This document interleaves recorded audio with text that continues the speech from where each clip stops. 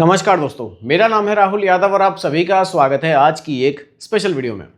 दोस्तों, जैसा कि आप लोग जानते हैं कि मैंने पिछली वीडियो में आप लोगों से कहा था कि अगर आप किसी म्यूचुअल फंड स्कीम के बारे में डिटेल में जानना चाहते हैं तो मुझे कमेंट कीजिएगा।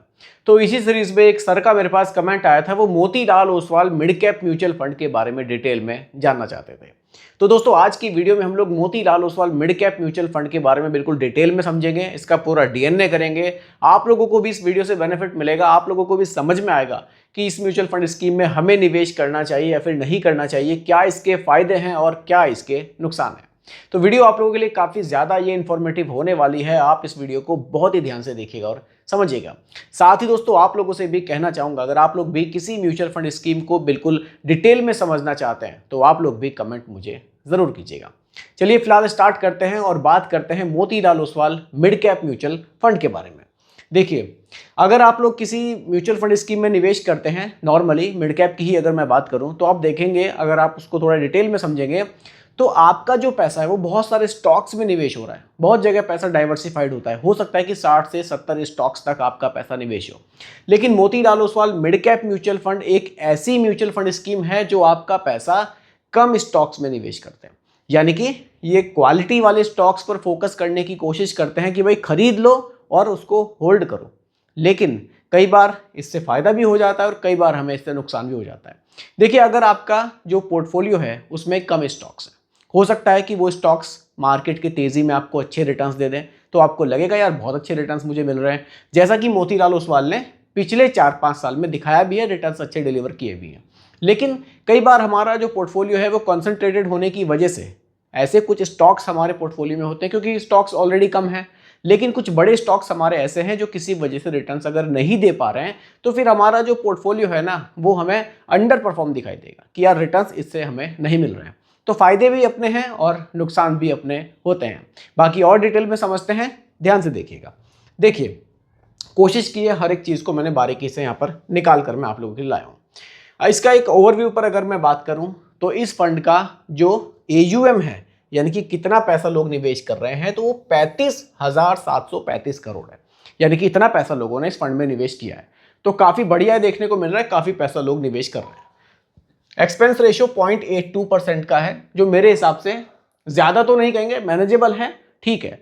एक्सपेंस रेशियो का मतलब वो फीस है जो आपके रिटर्न से फिर काटी जाती है। ये इसकी एक म्यूचुअल फंड की फीस है जो आपके जो फंड मैनेजर है वो आपसे चार्ज करते हैं, ठीक है। आप इस फंड में चाहे लमसम कर ले चाहे SIP कर ले, दोनों ऑप्शंस अवेलेबल है। और अच्छी बात है कि सिर्फ 500 रुपये से यहाँ शुरुआत की जा सकती है, चाहे लमसम कर रहे हैं आप चाहे SIP कर रहे हैं। लॉक इन इसमें कुछ नहीं है, आप पैसा कभी भी डाल सकते हैं, कभी भी पैसा आप निकाल सकते हैं, ठीक है। अगर रिस्कोमीटर पर देखें तो वेरी हाई रिस्क कैटेगरी में ये म्यूचुअल फंड स्कीम आती है। कारण है कि ये एक इक्विटी म्यूचुअल फंड है, पैसा आपका स्टॉक मार्केट में निवेश हो रहा है। अगर हम लोग बेंचमार्क इसका देखें तो निफ्टी मिड कैप 150 है। इंसेप्शन डेट पर बात करें 24 फरवरी 2014 है, इस दिन ये फंड लॉन्च हुआ था। एग्जिट लोड इस फंड में 1% है। अगर आप इनकी जो शर्तें हैं उससे पहले पैसा निकालेंगे तो 1% आपको चार्ज देना पड़ सकता है। टर्नओवर इस फंड का 125% है। टर्नओवर जिन लोगों को नहीं पता, ये बताता है कि फंड में कितनी बार अदला बदली की जा रही है, स्टॉक्स कितने जल्दी जल्दी बदले जा रहे हैं, ठीक है। ये एक ओवरव्यू हुआ फंड का। अब हम लोग थोड़ा सा आगे चलते हैं। देखिए, यहाँ थोड़ा रिटर्न्स मैं आपको दिखा रहा हूँ, रिटर्न्स को कंपेयर यहाँ पर कर रहा हूँ, तो आप इस वाली स्लाइड को थोड़ा ध्यान से समझिएगा। पिछले 1 महीने में नेगेटिव रिटर्न्स हैं, पिछले 3 महीने में नेगेटिव रिटर्न्स हैं, पिछले 6 महीने में आप देखेंगे नेगेटिव रिटर्न्स हैं, पिछले 1 साल में नेगेटिव रिटर्न्स हैं। लेकिन अगर आप पिछले 3 साल और 5 साल पर नजर डालेंगे तो फिर हमें ठीक ठाक रिटर्न्स देखने को मिल रहे हैं। थोड़ा सा आप ध्यान से देखिए। अब रिटर्न्स नेगेटिव होने का जो रीज़न है, जैसा कि मैंने आपको बताया, जो यहाँ पोर्टफोलियो है हमारा मोतीलाल ओसवाल मिड कैप में जो स्टॉक्स खरीदे जा रहे हैं वो थोड़े से लिमिटेड हैं। कुछ लिमिटेड सेक्टर्स हैं, कुछ लिमिटेड स्टॉक्स हैं, उन्हीं पर ज़्यादा फोकस किया जा रहा है। इसी वजह से शॉर्ट टर्म में हमें कई बार नुकसान देखने को मिल जाता है। अब देखिए, वहीं अगर आप इसको मिड कैप के एवरेज से कंपेयर करें तो ये 3 महीनों में भी पॉजिटिव था, 1 महीने में, 3 महीने में, 6 महीने में नेगेटिव था, लेकिन उतना नहीं था, ठीक है। पिछले 1 साल में अच्छे खासे रिटर्न्स थे, लेकिन मोतीलाल ओसवाल ने डिलीवर हमें नहीं किए। पिछले 3 साल में अगर आप देखेंगे तो लगभग रिटर्न्स हैं, लेकिन अगर आप 5 साल पर फोकस करेंगे तो फिर इसने अपनी कैटेगरी का जो एवरेज है उसके मुकाबले अच्छे रिटर्न्स हमें डिलीवर किए हैं। यानी कि आप इसको कह सकते हैं जो एक कैटेगरी का एवरेज चल रहा है मिड कैप का, उसके मुकाबले अच्छे रिटर्न्स डिलीवर किए हैं 5 सालों में। ठीक है, ये इसका एक वो है फायदे नुकसान है जिस पर मैं आपको समझाने की कोशिश कर रहा हूँ कि भाई इस फंड का फायदा क्या है लेने का और नुकसान क्या। कुछ लोग कह रहे हैं ना कि मोतीलाल ओसवाल अब रिटर्न्स नहीं दे रहा है तो क्या पैसा हमें निकाल लेना चाहिए। देखिए, अगर आप लंबे समय के लिए निवेश कर रहे हैं, भाई आपने अभी निवेश करना शुरू किया है, आने वाले 5 साल 10 साल तक का आपका टारगेट है, तो आप इसमें बने रह सकते हैं क्योंकि लॉन्ग टर्म में रिटर्न्स ही आपको अच्छे डिलीवर कर सकता है। इसके जो स्टॉक्स हैं, जो सेक्टर्स हैं, वो भी आपको दिखाऊंगा कि निवेश आखिर पैसा आपका किया कहाँ जा रहा है और रिटर्न्स आपको कम मिले क्यों हैं पिछले कुछ टाइम में। इक्विटी में 96% का निवेश है, लार्ज कैप में 24 है और मिड कैप में 72 है। देखिए, सेबी का नियम है कि 65% मिनिमम है आपको मिड कैप में निवेश करना ही करना है, तो उसी की तरह इन्होंने 72% का निवेश मिड कैप स्टॉक्स में किया है, यानी कि वो स्टॉक्स जो रैंकिंग में 101 से लेकर 250 तक आ रहे हैं। आपका 72% पैसा उसमें निवेश है और 24% जो आपका पैसा है वो फिर टॉप के जो 100 स्टॉक्स हैं उनमें है।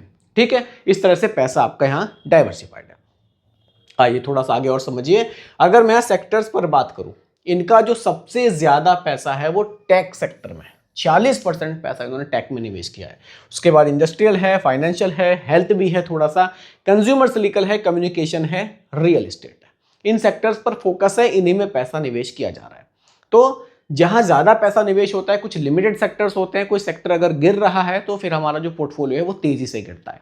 एक म्यूचुअल फंड स्कीम ऐसी है, बहुत ज्यादा डाइवर्सिफाइड है अपने आप में, बहुत सारे सेक्टर्स में पैसा निवेश है, बहुत सारे स्टॉक्स में पैसा निवेश है, तो वहां गिरावट थोड़ी सी कम दिखाई देती है, लेकिन तेजी में वहां आपको तेजी भी फिर कम दिखाई देगी। यहाँ लिमिटेड सेक्टर्स हैं, उन पर फोकस किया हुआ है। फ्यूचर में ऐसा होता है कि ये सेक्टर्स अगर बढ़ते हैं तो रिटर्न्स बहुत तेजी से यहाँ पर आपको बनते हुए भी दिखाई देंगे। ठीक है, अगर मैं होल्डिंग्स पर बात करूं, टोटल 27 होल्डिंग्स हैं, वैसे मैंने टॉप की 5 आपके सामने रखी हैं।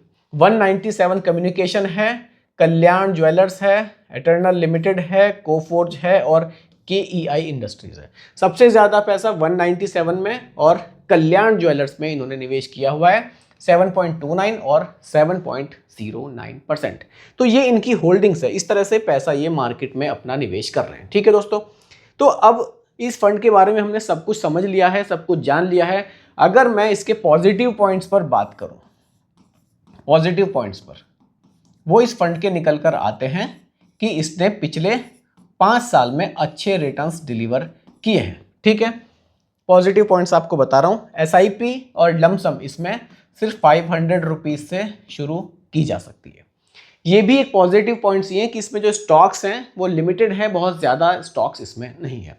अगर मैं इसके नेगेटिव पॉइंट्स पर बात करूं, नेगेटिव क्या है इस फंड में, इसके जो रिटर्न्स हैं पिछले 1 महीने में, 3 महीने में, 6 मंथ्स में और 1 ईयर में, इसके जो रिटर्न्स हैं वो बहुत खराब रहे हैं। प्रदर्शन इस फंड का बहुत ही हल्का रहा है, तो ये इसका एक नेगेटिव पॉइंट निकल कर आता है।